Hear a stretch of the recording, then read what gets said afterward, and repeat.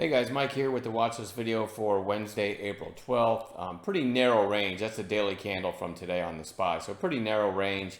But I still got a hat tip for a couple posts in chat that I thought were really good. One is simple as Tamer posted the volume spike on Lucy, which happened right here. And I would argue that he gave that in plenty of time that anyone could have grabbed a Tokyo entry, which means before, you guys know the rules on a Tokyo trade, before the early high of day of 449 as it was coming up.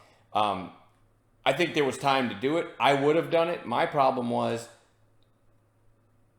somewhere in here, I took it off a chart, right? This is one of those, what we call fly dragon on the ground, which is these rarely make it back to the high of day.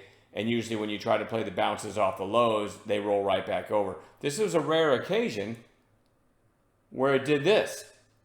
So for me, that did meet the Tokyo parameters. I didn't have it on a chart, which didn't give me enough time to examine it and jump in.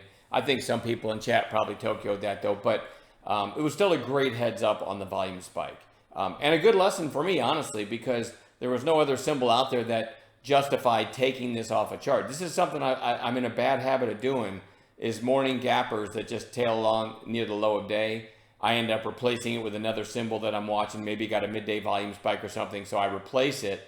And even though it doesn't happen often, that's a Tokyo entry anywhere on this candle before the high of day break, and it absolutely ripped. So after that, though, by the way, after that, it was really choppy and crazy. So I would recommend any single guys out there never date a girl named Lucy, because I'm guessing if she's anything like this stock, she's nuts. All right, but anyway. It's still a really nice heads up by Tamer. Weight Watchers was posted by Jacob D, which is WW. I don't even know if they're called Weight Watchers anymore. Show you 2-minute candles here. Posted the red to green idea when it looked like this. So it was on the morning gap playlist, topped out at 593, started to look like it was heading lower. And here's the open, which was 584 right there.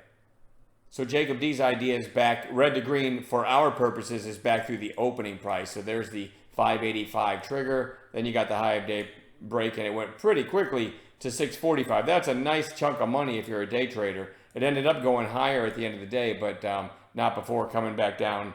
That would have stopped you out flat on your last shares. But I thought it was a great post. All right, anyway, speaking of WW, I'll just start with that one.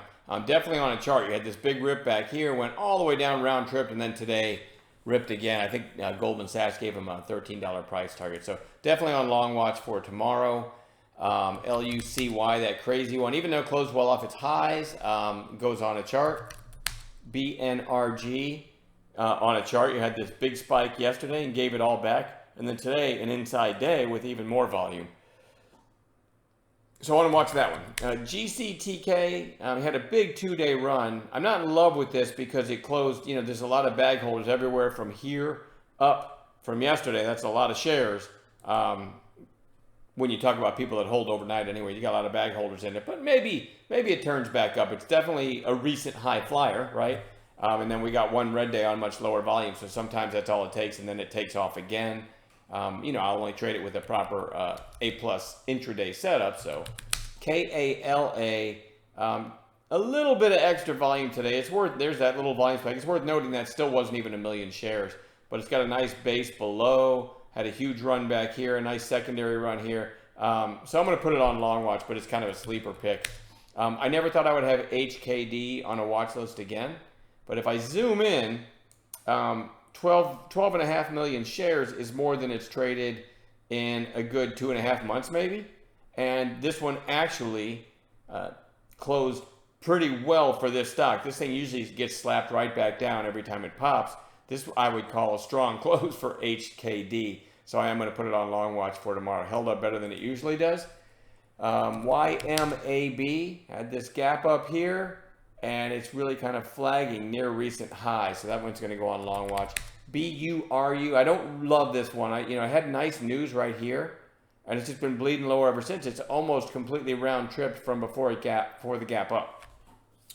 And when you see that, it's pretty rare for a stock to not round trip and all of a sudden rip again. So I don't like it, but I'm going to keep it on a chart.